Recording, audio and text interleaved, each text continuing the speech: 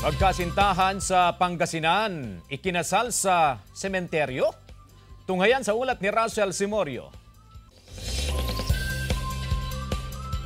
Nabalot ng kababalaghan ang pag-iisang dibdib ng magkasintahan na sina Engineer Ronald Berzosa at Marilinda Caranay sa Alaminos City, Pangasinan. Pero hindi dahil sa may mga nagparamdam na hindi matahimik na kaluluwa, kundi kababalaghan talaga ang tema ng kanilang kasal na ginanap pa mismo sa sementeryo.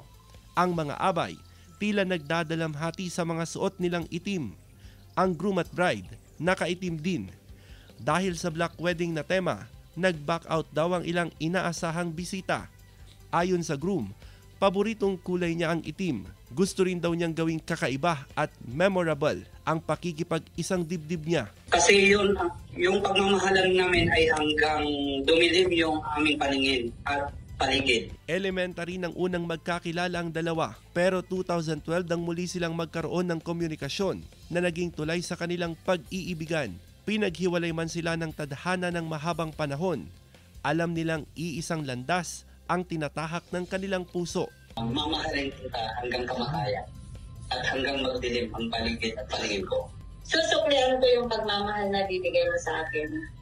Kung may umaalma man sa tema ng kanilang kasal, hindi raw ito ang basihan ng true love. Sa kanilang pag-iisang dibdib, babaunin nila ang pangako ng pagmamahal sa isa't isa.